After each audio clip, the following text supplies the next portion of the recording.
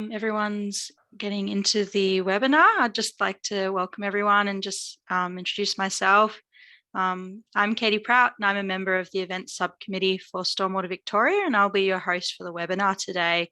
So we're doing a presentation on urban streamflow impact assessment, or also known as USIA.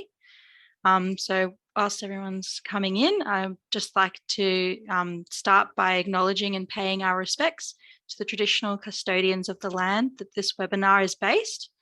Stormwater Victoria recognises the Wurundjeri people of the Kulin Nation and their connection to land, sea and community.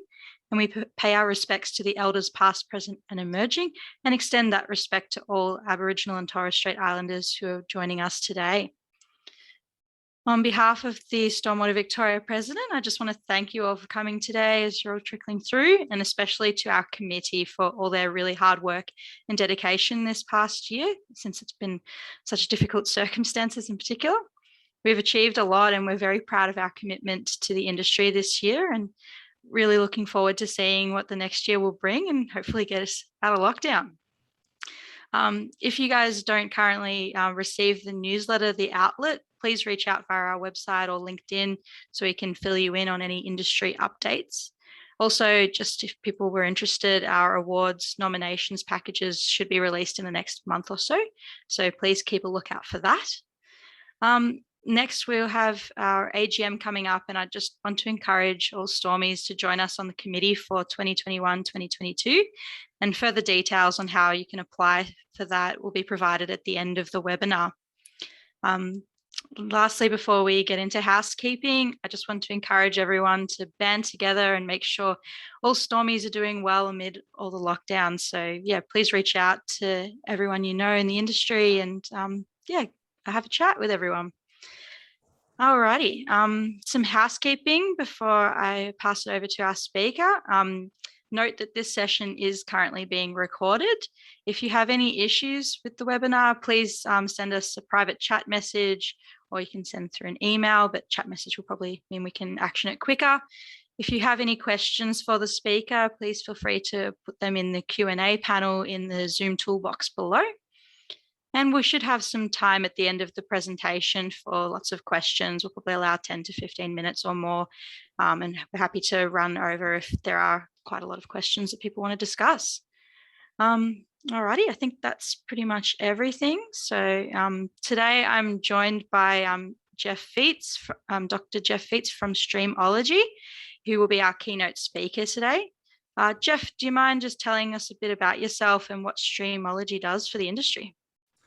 I can do that. Yes, thank you very much, Katie. Thank you, everyone, for joining me. So I'm going to show a couple of slides, if that's okay. So let me share my screen.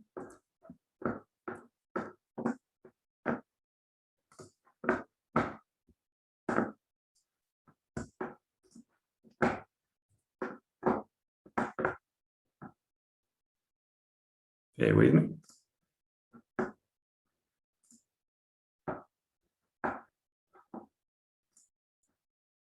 All right, now hopefully now you can see a presentation. Is that working for you, Katie? Yep, sure is. Great. Far away. Yeah, thanks very much. My name's Jeff Feats. Thank you for having me along. Thanks to Stormwater Vic for inviting me. We've been in the industry for a little over 20-something years now. Very much focused on trying to make that link between landscape change, what we do in the catchment, and how it affects waterways, and vice versa. You know, how do we protect waterways by doing things differently in the landscape? So coming out of that, from research, from the consulting side of things, the goal was to try and blend the two together. So Stormwater Vic's allowed me 5 minutes to tell you about Streamology and I guess how we do that. Marketing is not necessarily a big thing for us. We're probably a company a lot of you wouldn't have heard of.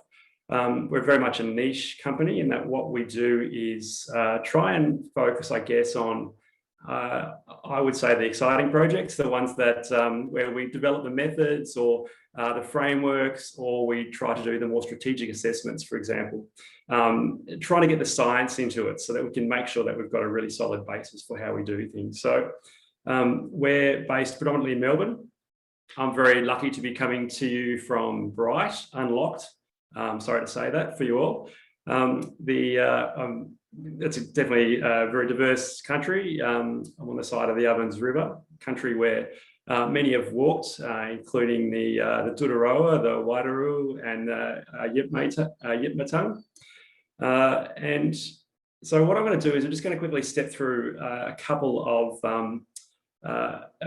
slides. But my first challenge to you all is, whilst I'm just chatting over the next few minutes, and even during my presentation, this is really about you all, the challenges you have. And again, for Streamology, it's about, okay, what are the big challenges, the burning challenges, the things that are going to be challenges, not just now, but in the future. So if there's anything that you've got, please put it in the comments section. In the next few minutes, we can even quickly chat about it, or during the presentation. And it's really handy for us to understand what's going on and what we need to address. And that, to me, is what consulting is about. It's about being asked a particular question or thrown a challenge and then trying to resolve it. And that's why we've got a whole bunch of people on board that I think are really good at thinking through those problems. Very generally, what do? We're very much were born from working on waterways. Now, if you work on the waterways, you need to understand the full gamut of the catchment in terms of the drivers of change, the hydrology, the hydraulics, the geomorphology, even all the social elements. Economics is a big one now in terms of what we do, and engagement, in terms of trying to provide that business case for why we should do something, why we should work somewhere, and those frameworks. And again, we're, for example, currently working on with DELP on the Victorian Waterway Management Framework to try and, at that high level, work out, okay, how do we support waterway managers to do the kind of works most effectively and efficiently. In the urban space, we do most of our work, to be honest, in Sydney. More than Melbourne, but increasingly Melbourne. We're now, Streamology is on the Specialist Services panel. As part of that, we've got a whole lot of associates with us. So again, that really increases that scope of what we do. And I like to think of Streamology in some ways as a bit of a front of house to make sure that we get the right people from Australia or wherever it might be to tackle those problems. And I think that that teaming and that collaboration is really what allows us to provide the more strategic decisions to be resolved. One example of that is just a current project for Melbourne Water, for example, which is what are the easy wins in terms of the future of managing stormwater? So rather than, okay, we've got a little patch of land here, we've got developer pressure, we need to do something, and it's really tricky. How can we get ahead of the curve? How can we be on the front foot? So, for example, how can we use some of the great data sets we've got now to really understand, okay, what's the criteria that might set up that plan for the next 5 years or 10 or even 20 in terms of where we can have the best bang for buck in terms of managing stormwater, and particularly in terms of protecting those waterways. Because again, getting on the front foot is going to be the key. So that's an exciting one. Look, and again, we do, there's a whole lot of monitoring we do for the Commonwealth Government. Drones are a big thing for us in terms of the way we use it in waterways. And geomorphic frameworks for Melbourne Water and a bunch of these types of things. And I'm really happy to chat to any of you about any of these, or even a number of the staff. We're probably more across even some of what we do these days than I am. This is the boasting slide, and it's really it's all about one product, I guess, which is what I'm going to speak to you about today. So it's a great segue in that the urban streamflow impact assessment method really is very much on the urban side of what we do. It's about how do we bring the research into very targeted stormwater management to protect waterways. We were lucky enough to win both the Stormwater Vic and Stormwater New South Wales Research and Innovation Awards, and runner-up in the RBMS and the National Award as well. So just got pipped. And again, I really happy to sort of own the reason I think we got pipped for the top award. I do think that we've taken this all the way from research into an innovative approach, into a practical application, but we haven't, it's all very new. We haven't really seen a lot of that on ground yet in terms of, is it being realised in terms of the way it drives what we do in terms of development and putting that into place. So last slide, a quick little plug, I guess, in that we're doubling every year, our little company, so which is not so little anymore, and we always need good people. That slide on the right was me at Sydney Airport, standing there thinking, do I just want to take the easy path up the escalator like everyone else, or do I want to take that challenge? It's a little bit harder, but it was quite rewarding getting up the stairs with my bags. So for us, it's about taking that slightly alternative path, slightly more challenging, but it ends up in a better result. So that's a little plug about, I guess building this team even beyond what it is. So that's it for me as far as my quick plug. And I haven't seen any questions yet. I can't see them, but do we want to do any questions yet, Katie, or should I go into my presentation? We've got a couple of just general comments, and we've got one question so far. I guess in relation to your first slide of difficulties, someone, a sealer, put basement seepage and groundwater discharge to curb channel and laneways, causing slippery conditions. Okay. It's a bit of a challenge there. And Darren put Waterways of the West, legislation coming to protect and enhance highly degraded urban waterways in Melbourne's West. Stormwater management is the key to success there. So already some good comments there, but we've just got one question from Shane at this stage of how can we convince local governments to clean up their act regarding street runoff with all contaminants that come within it. So I don't know if you've got any comments on that one in particular at this stage. No, I guess if I really wrap up particularly the latter two in terms of, they're all, how do we manage flow and the impacts of it, whether it's at that curb level all the way to a state level. So I like the fact that everyone's thinking at different scales, and I really want to touch on that a bit today.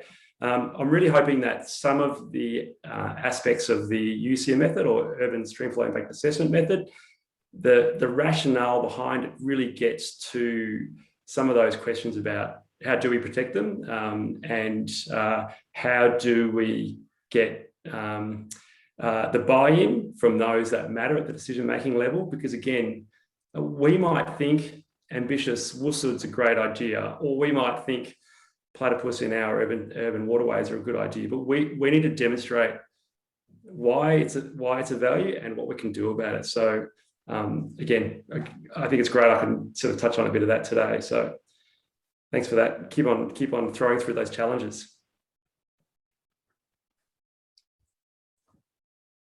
All right, if you're happy, Katie, I'll jump in.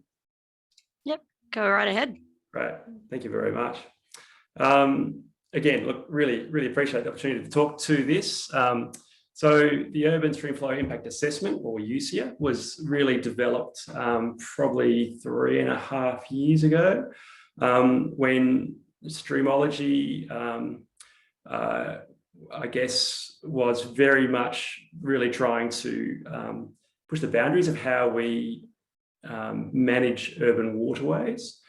A huge amount of this, and a lot of the credit, has come from the Melbourne University's Waterway Ecosystem Research Group. So many of you know Tim Fletcher and Chris Walsh.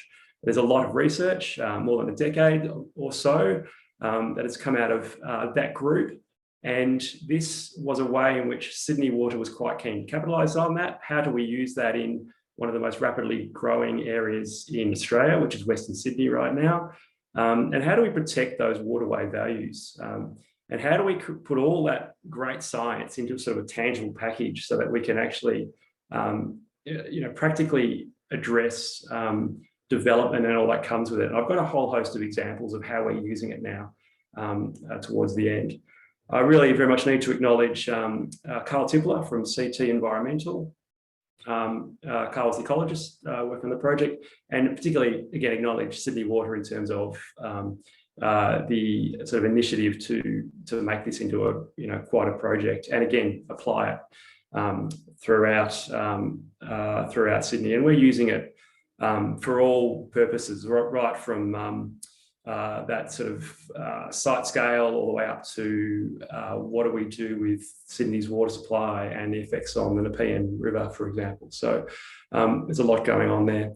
The Melbourne Waterway Research Practice Partnership, which has come out of Melbourne Water, which is with Melbourne University, again, has funded a lot of this. So, and the goal of this is really, again, informing planning to protect waterway values. And I've mentioned a couple of my team who are then applying from streamology side of things, this method. Okay, so what is the problem? Always good to start with.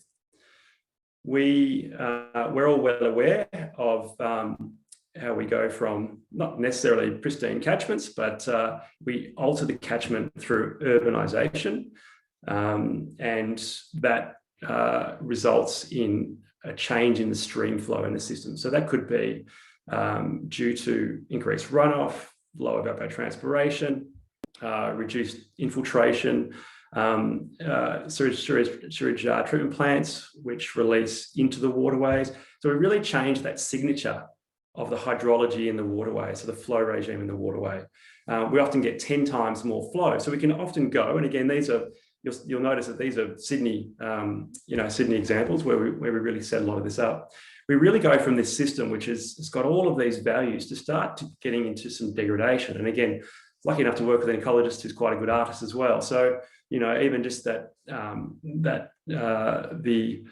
the channel changes we're seeing, the water quality we're seeing, the changes in vegetation to red being exotics. And we get what we often see now, which is part of this urban stream syndrome, which is, from a physical point of view, and again, being a gemophologist, it's often my focus. We see a deeper, wider channel, contains more flow, less engaged with its floodplain. We lose a lot of those values, but a very flashy system. And we get quite a few impacts with that, both in terms of water quality, as we're aware of, and water quantity. Now, our impression is that the water quality has often been addressed. We've had 15 to 20 years of working on that. And to a lesser extent, we've actually worked on the water quantity issue. Now, we know that water quantity, as in too much water, and also potentially arriving at the wrong times in a hurry, really causes some of these issues. So what we then do, and again, from a physical standpoint, we'll often have to then patch the symptoms. Now, often these are Band-Aid effects, not to mention extremely expensive. So this is $1.5 million per kilometre, and it's up to $10 million per kilometre. So for some of these naturalisation projects, which are really combating some of these issues that we're having in terms of the changes in the catchment and how it affects our waterways. So what that highlights is that to address the cause, not just patch the symptoms, there's potentially a large bucket of money, if we really think about it that way, in terms of addressing this from a catchment scale perspective. So what is lost? Again, part of the problem. Why do we care that our channels change and all these values change? Well, the flow alteration affects what we get out of it. So the community gets out of it, our social values. Now, there's a whole host of intricate interactions that occur within that system because a lot of our values don't necessarily care whether it's X megs a day or Y megs a day, but what they care about is changes in velocities, the changes in depths, the frequency of those disturbances, etc. So it's the way in which we translate that hydrology into the conditions in the waterway, and then what it means in terms of coming out the other end for values, whether it be ecological, physical, or social, and even the economic values.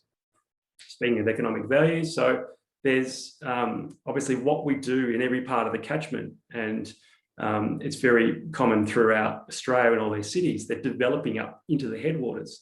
So what we're doing is death of 1,000 pipes in some ways, as somebody has referred to it as, in that we're basically connecting more and more of our catchments, and we're increasing the problem, and not only at that development level. So we often focus on the development, but in fact, there's a flow-on effect, literally. And that is something that we've got to work on, because there's quite a strong business case for actually doing things a bit differently.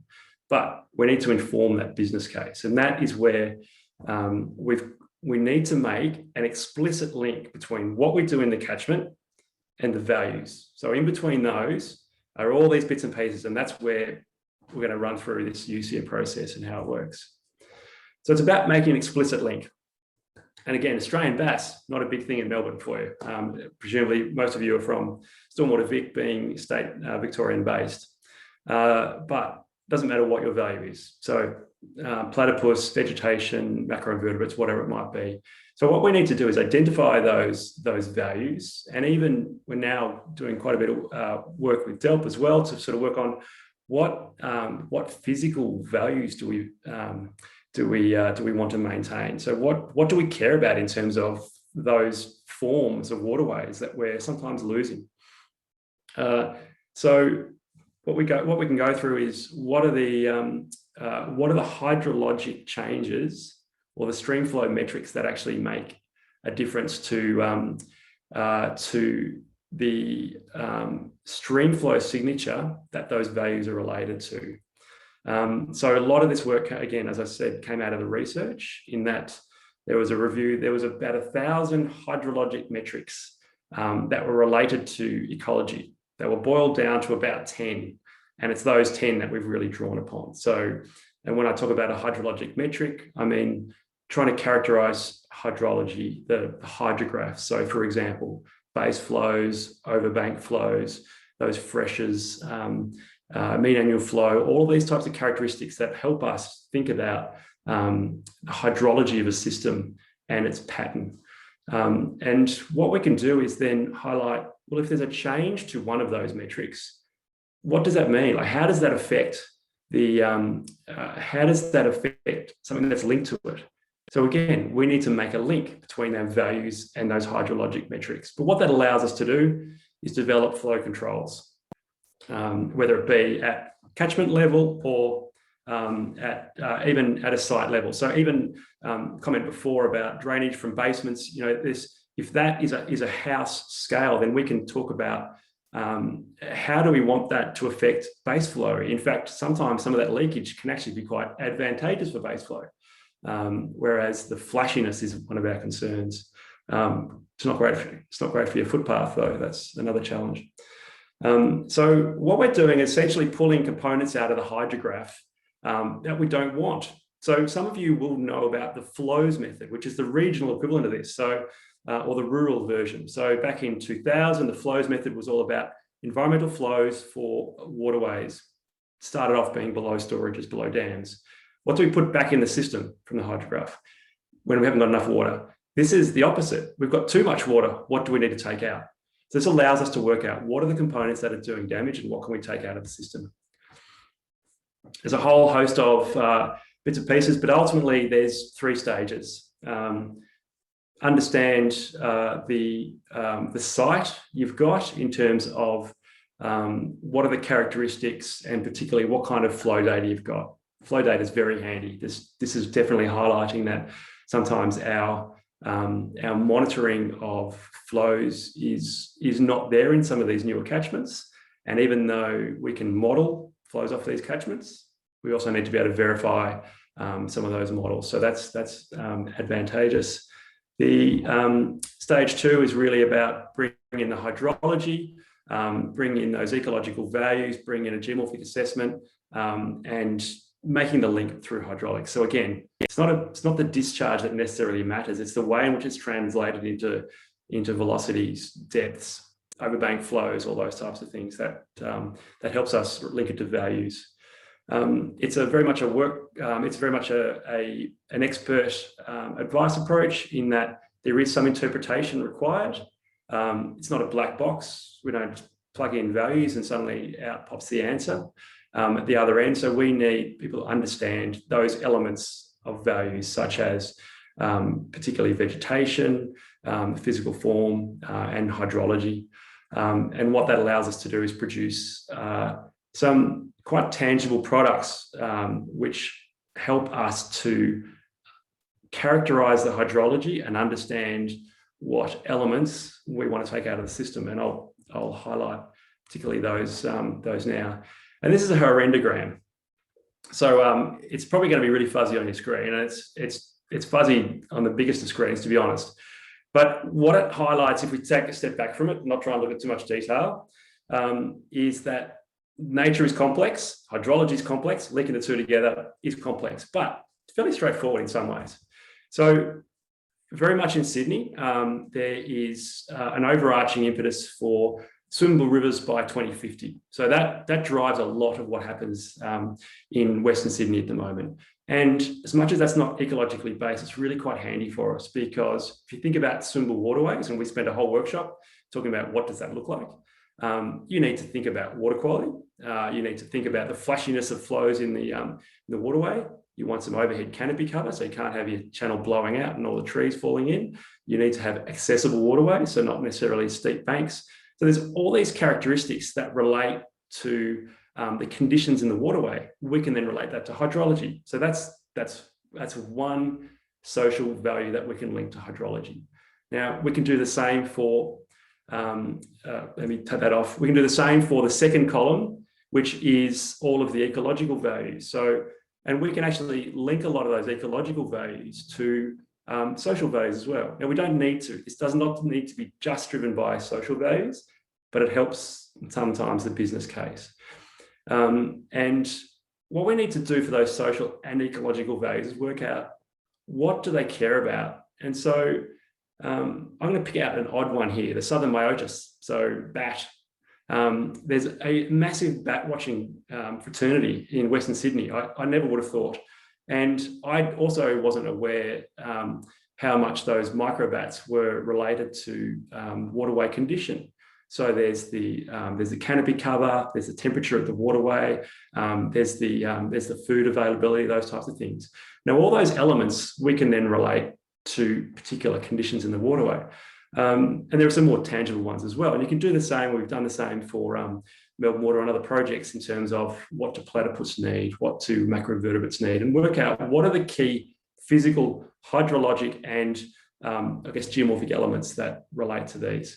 And what we can then do, because we've linked that to values, and a lot of this is now set up, we've got a lot of those conditions set up. All we need to do is almost, highlight what values do we care about, or add in the values that are not necessarily there. And we can then relate them to the hydrologic targets. Now, those hydrologic targets come out of the USIA method. Again, they come out of the research. And they are targets such as a base flow index, a timing and duration of zero flow periods, for example, and things like an erosion index, so bed mobility threshold. So it's quite a tangible one. So that bed mobility, for example, is about what we can characterize bed sediments, what's in that channel. It's almost like the canary in the coal mine. Once that bed sediment starts being mobilized, we then get geomorphic change. The channel works vertically and it opens up laterally. So we get channel incision.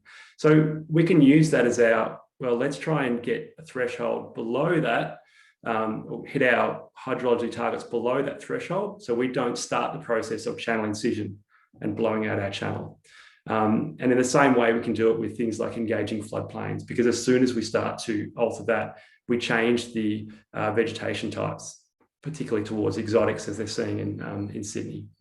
So that arendogram is something that you can do, we do in a workshop by putting all that up on the screen, and we basically make the links.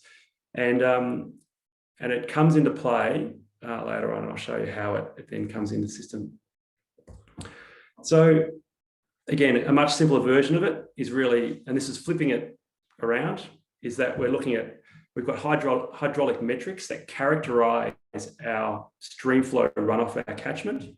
Could be off our entire large catchment, could be off Merri Creek, and our compliance points at the end of the catchment. It could be off a sub-catchment, it could be off a precinct, could be off a street. So it's very scalable, but that hydraulic metric is something that we can create as a target. It's linked to ecological values, and then ultimately it goes to what are the particularly social values that come out of that. We can also then, in terms of doing that, what do we need? We basically, we go out there and we get the the ecological or social values or physical values, and we can get them at a site scale. This is the ecologists here up in Sydney on a hot day, trying to show how hard they're working, doing transects for vegetation on the side of the waterway. We can also do it, and we have been doing it at a desktop level again. It's the resolution you require, and I'll talk about how we're using that in a risk-based assessment now in terms of you can step in at each scale. If we go out and site, collect those values, we know exactly what those targets are. We know where those values sit in our channel landscape, how they relate to hydrology, and we can link it back to some of those metrics, one of those 9 metrics.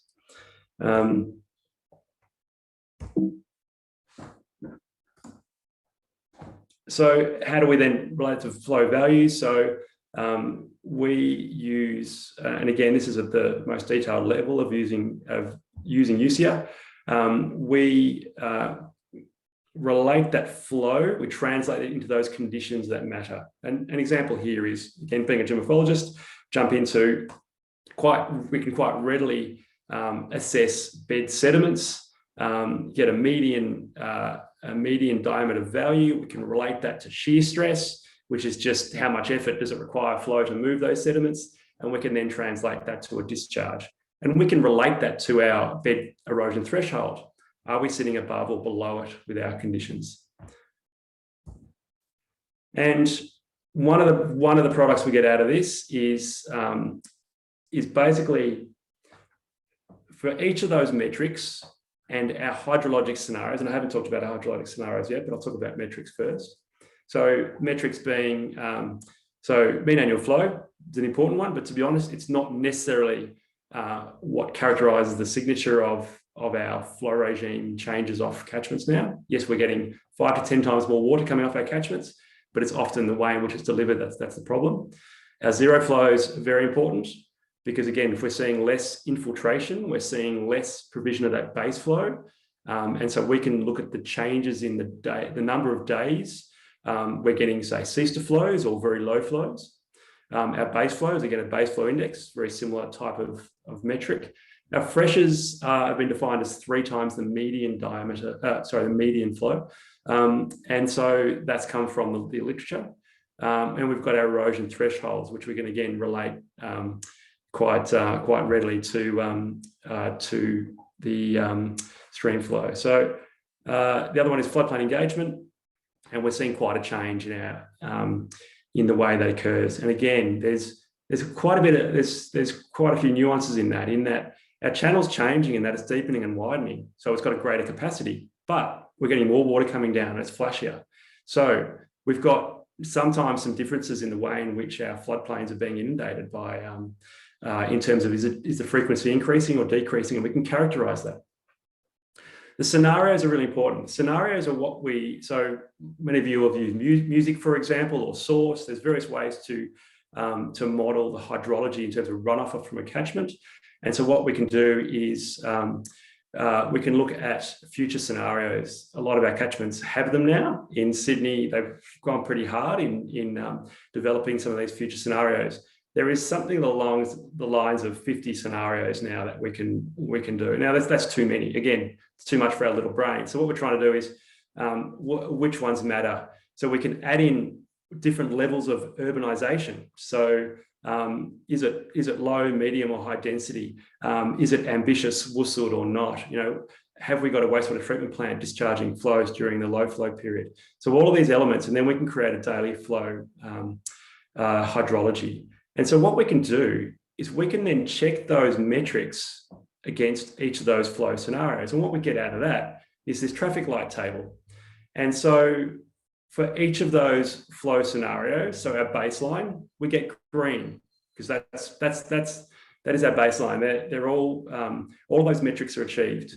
We start to go to a 2050 model, and what we do is we start to knock out some of our metrics in terms of our acceptable change. And this is one of those characteristics that I'm really keen for us to work on within USIA with further application, in that the more we apply this USIA method to a variety of streams, the more we see the ones in good condition and the ones in bad condition. What is the acceptable change in some of these metrics? that is providing us with that particular condition that we desire. And that'll really help us as well. So again, I think it's a learning tool. Again, I'm not going to suggest we know everything. And I don't want this to be a black box by any means. To me, it's a way to characterize a lot of complexity. And I know this is a fair bit in this quite quickly. Again, this took a year to develop. So it's, and to be honest, 15 years of research. So I hope we can get it across in a short period of time. And so what we then do is we can use that to go, it's those metrics being knocked out for those scenarios. What values relate to those flow metrics? So we go back to our horrendogram and we can color code all of these relationships between the metrics on the left-hand side and the values on the right-hand side.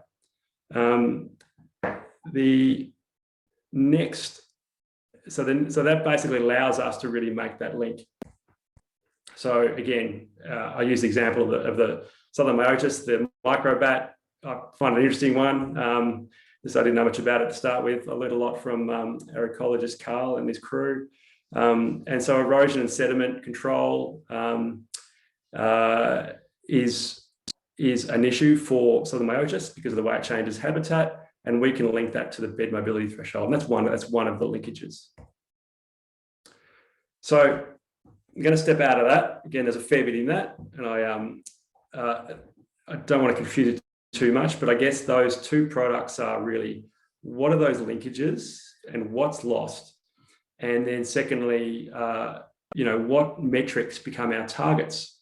And so what we've got there is an opportunity to then work back through those linkages. So it's an explicit link that allows us to make that connection to a particular development scenario and what kind of values we lose. This is just highlighting, again, stepping back from it all, we know the relationship or the concerns in terms of the urban stream syndrome. We know for example, on effective imperviousness, so how much of that catchment is connected to the waterway. This allows us to take that next step in terms of the targets, in terms of how much is connected to the waterway. And again, looking at Melbourne, we can make that, we have a pretty good understanding now with the Word group and a lot of their work. So a comment I want to make though is that this is not just, cities are not just the one that are prone to urbanisation and streamflow impact change as a result of urbanisation. And in fact, thanks to, or actually this is literally 100 metres away from where I sit, luckily in regional town in Bright. But again, streamflow with development that's going on in these regional areas, there's a huge increase in that flashiness of the streamflow. So it's a problem as well.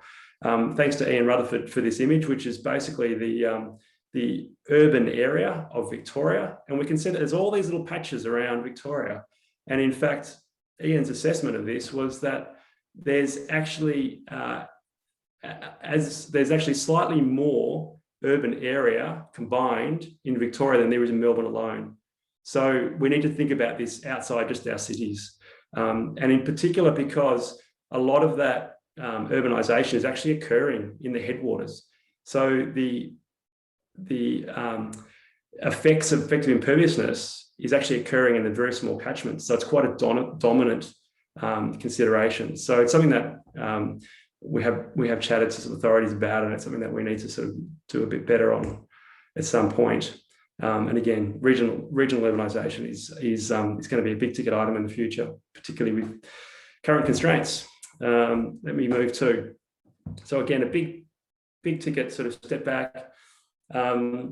What it allows an opportunity, again, this is a diagram thanks to Carl Tippler, which is about those impacts and what the opportunities are in terms of what we can do about it. So I'm just going to quickly step through a couple of options for how we might use it and how we're using it now. And so we've got, at the highest level, I guess, we need planning controls on development. We've got a lot of the water quality ones in place, so we're really trying to get some of those water quantity ones as well. There's quite a bit of work in that regard in terms of the way in which the scales at which we need to consider a lot of this. And again, very much up to the policy level. And if we're going to inform policy in terms of how we manage development, we need to know, what do we lose if we don't go down that, to be honest, fairly ambitious path? And it is. It's not an easy task to actually retain stream flow metrics anywhere near natural when we urbanise a catchment, even with ambitious WUSUD. So we need to be very explicit about what we can do in that catchment. So what we do is we identify, well, here's an option. We can identify risks associated with development at a range of scales. So a project that Streamology did for Department of Primary Industries and Environment up in Sydney, formerly Office of Environment and Heritage, was developing, so likelihood and consequence. Now, if we know that the waterway has particular values, we know the consequence. What's the likelihood of that? Now, so what we've done is we've developed a support tool, which basically allows us to step through, let's say it's a single house development where they're doubling the pervious area of their roof at that scale. That's quite a different level of assessment to be done to a whole precinct, such as the Erytropolis in Western Sydney. And again, it's been used for some of those purposes. So we can step through, okay, what level of detail do we need? And what I talked through in terms of that hydraulics relating the values to the hydrology is really at that detailed level. Jumping into a catchment scale, we've applied the USIA method with Sydney Water and with CT Environmental to these small catchments. And as you can probably see from the images, they're ephemeral catchments. And what that allows us to do is to identify what are some of the stormwater controls on future development. And these catchments in South Creek catchment, Western Sydney, are developing at a great rate. And so it allows some targets to be set. We can also set this up for some of those fantastic modelers out there who love a challenge in terms of gaming the system. So, for example, in music, you know, what elements allow us to optimize options? So we've got targets at the end of the system. It could be at the end of the street, could be the end of the catchment. You know, what's the distribution of wetlands or tanks or whatever it might be to actually create an output there? So we can be very particular with those targets if we can put those in place. And again, pictorially, it just really allows us to make that link between what's the change from business as usual, standard development, to try to put in place some of those elements. And even how much water do we need to get rid of? Got a fantastic opportunity, I guess, in a drying, unreliable environment with water, and increasingly so, where we can actually utilize this water. And again, our biggest problem in the urban environment is probably a win-win. We have too much water. We need to work out what to do with it. Great problem to have. It helps us with that. Down at a very detailed level, working with Melbourne Water, for example, right now, it's a very USIA-like approach. I guess I'd call it USIA light, but it's the same approach. It's really, what do red gums need in terms of water, whether it be too much, and in this case, too much. So just outside Melbourne, near Craigieburn, urban development, inundation of the tree roots, we have dying red gums. So how do we work out the targets, both what they need in terms of how much water or whether it's too much? How do we then link it back through hydraulics to the hydrology, and we can then work out how much water do we need to take out. That informs our options for what we need to do, which again are challenging. But can we irrigate nearby fields, or do we need to send it to treat it? Can we get rid of it in other ways? And then another option is, can we use it not just for urban stream flows because of urbanisation, but also because of treated effluent, which we deliver to streams, which may, in fact, we're finding in Western Sydney now, for some of the work we're doing, offset some of the lack of base flows, and they may actually provide some of those values. So we can produce that we can characterise that hydrology. And again, here's a whole range of scenarios, 1 to 4, which is with and without sort of wastewater treatment plants turned on and off, and allows us to think about the kind of values which we could see out in the field when we were last allowed up to Sydney. So there's a huge number of opportunities for the application of it, and I've just touched on a few.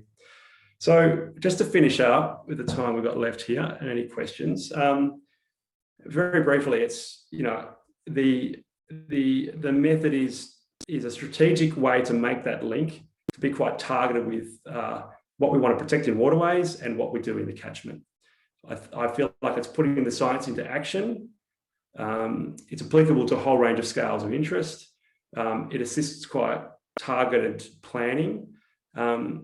What I'm really excited about, I guess we've put on my researcher hat, it'll help us quantify what we're doing, what our targets are. We then do it. If we then monitor the outcome and see how right we were, we can then go back and with some feedback, we can modify what we're doing. What's our acceptable limits of change from baseline or whatever it might be, or what metrics really matter to us? And I think that's an advantage. And again, I think that's something that we can do with consulting, with authorities, with the researchers. And I'm going to end it there in terms of, again, way too many here to thank, but I particularly, I guess, CT Environmental and Sydney Water for the start of a lot of this, a lot of the Streamology team for applying it, and certainly the Waterway Ecosystem Research Group for informing it. And thank you all very much, and hopefully I can answer some questions for you. Thanks so much, Jeff. Yeah, we've got quite a few questions that are coming in at the moment. If you're okay, to jump straight in. Please, yeah. Yeah. Firstly, let's start with a question from Dan Evans, which is, are you aware of any work happening in Australia to define favourable habitat conditions? Yeah, there's quite a bit, but to be honest, Dan, not necessarily in the urban settings as much, as far as I'm aware. We're working a lot on eco-hydraulics with a lot of our monitoring work, and that gets down to the perspective of, what are the velocities, depths, temperatures, for example, that fish might need. We are certainly working with Melbourne Water on, so for example, Diamond Creek, one of our projects is working on platypus with the Australian Platypus Conservancy. What do they like? I'm so interested in there's an interesting beast in terms of how they forage and what they like. And in fact, they often like eroding riverbanks because of the undercuts. So it's an interesting challenge for us, because it might, some ways, it conflicts with some of the other values or prerogatives, which is to maintain a certain level of stability in some of these waterways.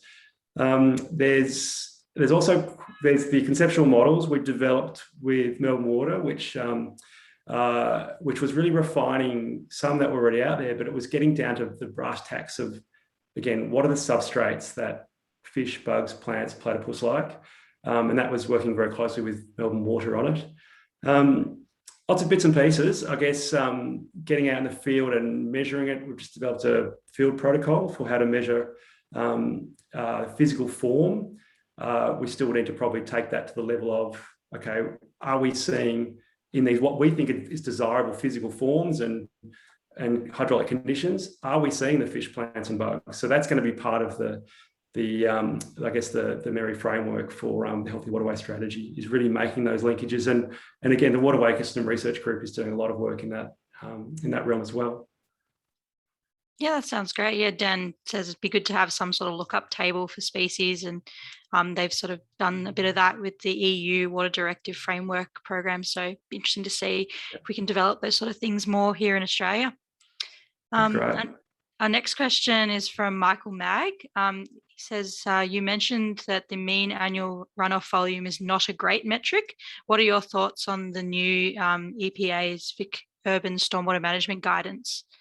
Got the publication number for you there, if that means anything to you. Yeah, look, it's a really interesting one, and in fact, it was Chris Walsh who very much posed a great question to me, which was, okay, well, what change in the mean annual flow is too much? And that's a really good question. I can't answer that. I actually, because of going down the bottom-up approach, from the bottom up, to work out what do our values, what conditions do they need, we can link them very, very neatly to a lot of these pressures, overbank flows, base flows, etc.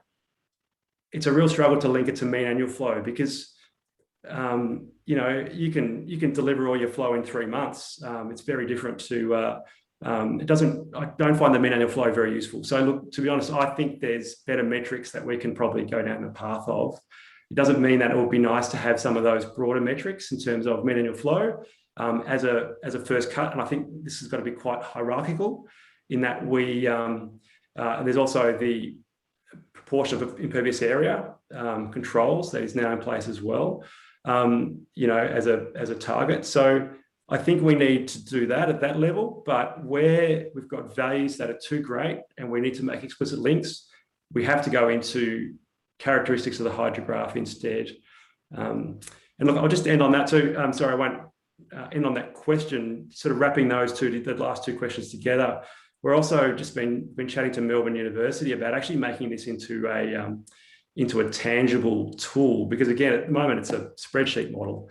And that tool would basically be a way in which you can have some of these drop downs in terms of the habitat criteria, in terms of the metrics. But particularly what I really like about it is that, you know, from a research perspective, and that's still the hat I try and sort of think a lot with these days, is that if we get enough people to actually put in some of these metrics, what's working, what's not for particular conditions, then we can actually almost amalgamate all those characteristics of the hydrograph into what does the mean annual flow look like. And if we've got a spectrum of mean annual flow changes from baseline to, you know, conditions that were maintained or ones that blew out, we'll then be able to start to pinpoint which, you know, what's the limit? Is it twice the mean annual flow or is it 5 times? You know, so I think that will actually start to help us in terms of the trying to work out some of those targets. It'll help from a research perspective as well. Thanks. Next question is from Craig Norton, which asks, concrete channels are part of the urban matrix. How does this tool in particular produce outputs for channels that are set? Yeah, absolutely. And look, people think of urban streams and they think of concrete channels, and I guess what I'm trying to focus on is getting away from that. And I think we are very much trying to, you know, we are daylighting a lot of waterways these days. What are the values of a concrete waterway? To be honest, they're incredibly effective at passing flood flows, and that's what they were designed for. And as a past engineer, I can't, you know, I can't say that was a mistake, because ultimately, if that's your primary objective, that's what you do. But if we want values, whether it be ecological or social, even if it's just purely amenity or aesthetics values in these waterways, then we need to start thinking about the flows that are going into them off the urban setting, because we really want to address if we address the cause of the problem, not just patch those symptoms, then I think we can achieve more. So. Yeah, it's definitely interesting how we've gone from natural to concrete. Now we're sort of going back to natural based on the values that we really see highlighted these days. Yeah. Alrighty. Next question is from Abdullah. It says, hi, Jeff. What is your thoughts about why most of the town centres at headwater stream? Town centres supposed, sorry, just trying to read it. Town centres supposed grows at plain land combining a network of roads. Yeah, I think I'm just trying to see if I can see that one. But so yeah, look, why do towns sit where they do? They either sit on a lowland waterway. Actually, Ian Rutherford's done some work on this, and again, I think it's something worth considering in terms of how we develop. But I look out my window here, and I live, I guess, off the back of a whole lot of headwater streams, and it's really pretty. So we kind of tend to end up in these locations for that reason. The water quality is great. It's not necessarily at the end of the system. But having said that, we've also got, you know, rural cities such as Wangaratta, for example, that are very much at the end of the system. They're very much at the end of the Ovens River, and so they also are affected by urbanisation. But the proportion of urbanisation at the end of the Ovens is much, much less than the portion of urbanisation at the end of say the one or two small waterways that pass through small towns, because of the smaller area and the larger towns. So I think it's those headwaters that we've really got to try and protect, and it's probably really similar in terms of the way in which we urbanise, say Melbourne towards the west. In a lot of those headwater streams, they've got the views, and if we have high urban density, then what we're doing is we're taking this essentially a very small water stream, like a soak. It suddenly becomes quite a major waterway, and that's then being passed on through all the other developments and all the way through to the city. So I think headwater streams are an important one for us to consider. Yeah. We've got a couple more questions if you've still got time. Peter Dillon asks, do you consider groundwater in evaluating stream ecosystems and in compensating hydrologic change in urban areas? Absolutely. That's 100%. It's one of the critical factors in that it's that groundwater flow that in a variable environment like Australia is what provides the base flow, that refuge habitat, for example. And it's one of those ones that, in particular, the research highlights is very much affected by urbanisation. And the urban cast has been referred to, which is that not only are we preventing the infiltration, but there are very free-flowing phreatic surfaces, very free-flowing paths for water to get from the ground all the way through to the stream. So even along the side of pipes, for example. So what we're doing is we're draining the sponge. So you would have seen you might have glanced over the IPCC report, which highlights urban heating is a big issue. And if we don't retain that moisture in the landscape, in the catchments, then we're going to have worsening urban heat problems. So absolutely, solve that infiltration problem for us. Sticking with sort of groundwater questions, Sanjeeva asks, what is your opinion on seepage water going through contaminated soil and discharging into council drainage network and developments? Should council stop receiving groundwater and seepage water into the council drainage? Look, it's probably one that it's outside my focus. I guess I don't work on contaminated lands a lot. Yeah, look, certainly an issue, but I think you want to work on that first before you start pumping water into infiltrating it through the ground. Callum asks, how have established constructed wetlands been evaluated for their effectiveness for bioremediation of stormwater? And what are the latest findings on how we go about updating and improving those designs? Again, it's probably a great question for some other people I could refer you to. But look, I think the challenge is that, again, in a flashy environment, the uptake that we expect in terms of, let's say, even just nitrogen and phosphorus in a lot of our wetlands, the uptake has got to be pretty rapid as well to make a difference. So, yeah, we're recognising that there's, larger systems required. And again, I mentioned that easy win stormwater priorities. If we need a lot of land, the time to get it is 5 years before it is purchased. Because it becomes very expensive, as we just saw in the paper this morning out at Officer. So we need space. And if there's one thing out of all of this, we're talking about the hydrology here, but from a waterway perspective, if there's one thing you can do in greenfield developments, it's actually protect the waterway corridor, because that space is so valuable in terms of not only maintaining the values, but in terms of the way in which we are going to be able to manage the water coming off our catchments in the future. That's my little soapbox there about protecting waterway corridors. Cool. We've got another question from Matthew regarding sort of greenfield developments and developments with lots of different owners. If you've got different landowners or people with different interests, whose responsibility is it in sort of undertaking a USIA assessment? Yeah, look, good question. And the answer to that really is, it depends on what you want to get out of it. So let me go through some examples. From a planning perspective, you might do it, you could have a node at the end of the Yarra. How do we manage the Yarra catchment? That's going to be very much a state level, or at least, Melbourne Water Authority level, or EPA. If you want to know, if you want to develop your block, you want to split into two, you want to make more impervious area, then yeah, potentially when you go to the council to get that approval, you need to do a very much a quick assessment of what are the impacts of that. And so, for example, the work group's got an environmental benefits calculator for how you do that out in the east of Melbourne. And so that's a way in which you can do it at that scale as well. For a developer at a precinct level, again, it's something that the easier we make it, the better the uptake. And look at a council or Melbourne Water level, it's probably that strategic.